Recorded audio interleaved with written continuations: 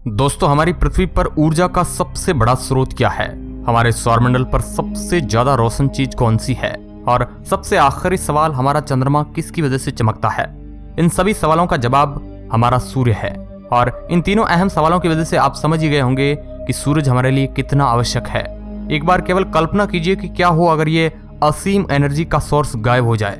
वैसे तो ये असंभव है, लेकिन फिर भी अगर मान लेते हैं कि ऐसा हो गया, वो भी अचानक से, तो ये दुनिया कैसी दिखेगी, हमारा सौरमंडल कैसा होगा और बाकी सभी प्लेनेट का क्या होगा?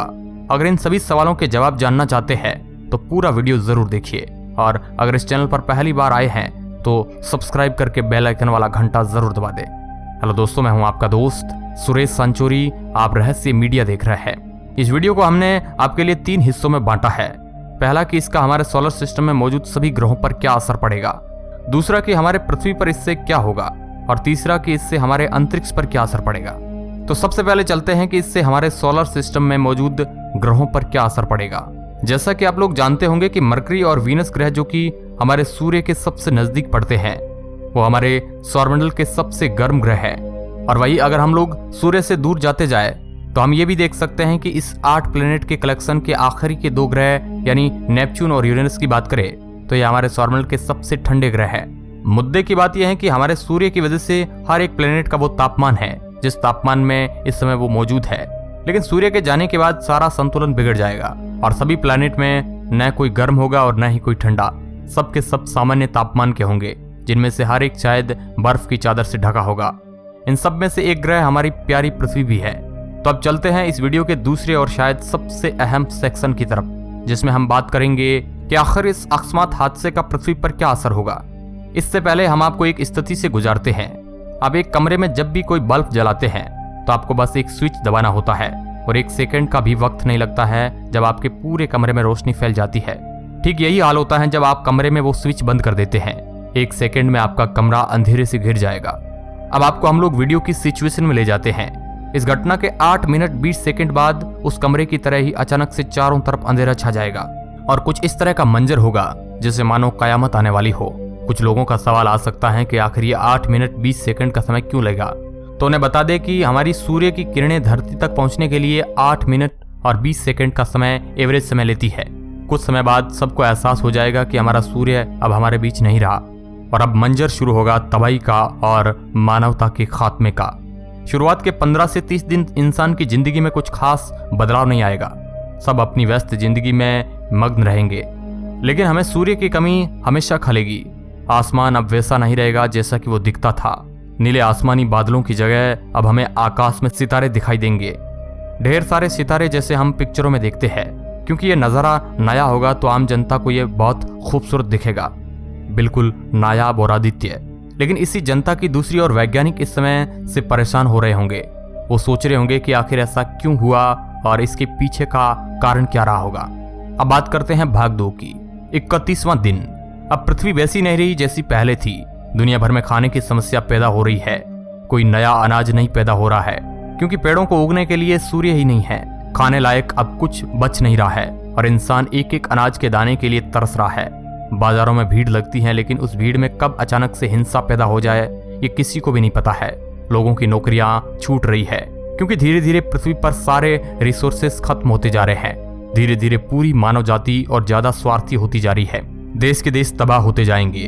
अर्थव्यवस्था जमीन छू रही है और गरीब अब मर रहा है।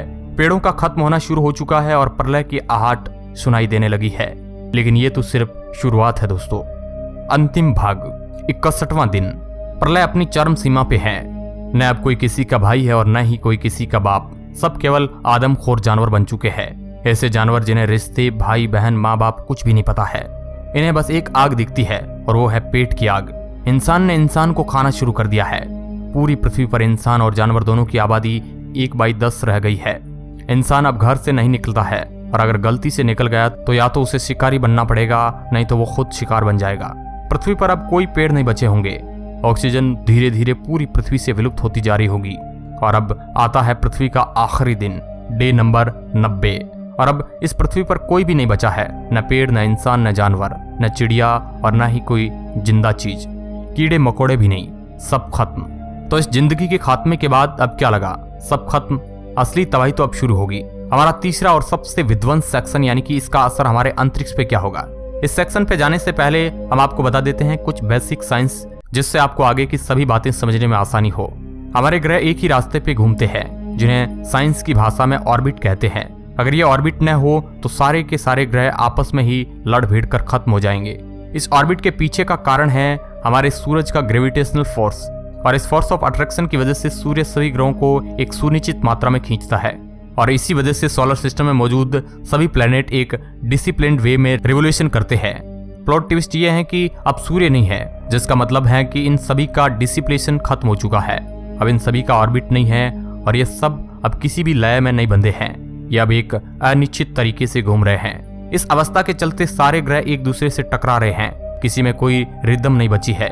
इस गलती की वजह से यह कहे इस बड़े हादसे की वजह से अब अंतरिक्ष में भयानक तबाही मच रही है, जैसे किसी कार के एक्सीडेंट की एक सीरीज।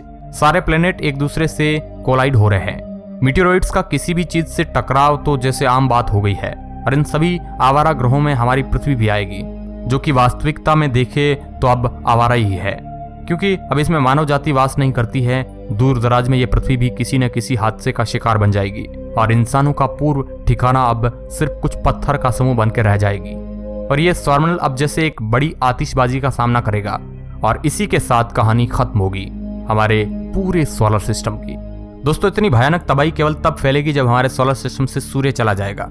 वैसे ये भी एक बात है कि ऐसी कोई भी तबाही तब नहीं फैल सकती अगर सूर्य की जगह कोई भी XYZ चीज चली जाए। सूरज हमारे सौरमंडल का एक महत्वपूर्ण अंग है, ये हमारे सोलर सिस्टम का दिमाग है, और अगर ये दिमाग चला जाए तो सब एंड और इंसान खत्म। ठीक उसी तरह यहाँ पे भी यही होगा, सूर्य गया और सब खत्म। वैसे तो ये कभी हो नहीं सकता है और ये केवल एक कल्पना है, लेकिन कभी भी किसी भी चीज के बारे में कुछ भी नहीं कह सकते हैं।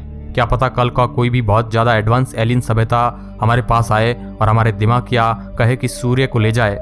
वैसे क्या आपने कभी सोचा है कि क्या हो अगर कल की कोई एलियन सभ्यता हमारे सामने खड़ी हो जाए और हमसे युद्ध करने के लिए कहे, या क्या हो हमसे कोई ऐसी कीमत मांग ले जिसको देने का मतलब मौत और अंत को गले लगाना हो। खैर, इस चीज के बारे में हम लोग फिर किसी दिन बात करेंगे। कई लोगों के मन में सवाल आएगा कि इस वीडियो में बताई गई चीजें किस क्रम में घटेगी, तो उन्हें बता दे कि ये तीनों ही पॉसिबिलिटीज एक दूसरे के पैरेलल में चलेगी। अगर मान लीजिए ये ऑर्बिट मासेकर को होने में 1 महीना लग जाए कुछ भी रीजन्स की वजह से, तो प्लेनेट ठंडे पहले होंगे और पृथ्वी पर वो सारी चीजें घटेगी जितने दिन ये सिलसिला टलता रहेगा। आपको आज का वीडियो कैसा लगा हमें कमेंट में नीचे जरूर बताइए। अगर आपको आज का वीडियो अच्छा लगा है तो लाइक बटन को भी दबाइए, ताकि आपके पास हम ऐसे ही रोमांचक और मजेदार वीडियो लाते रहे।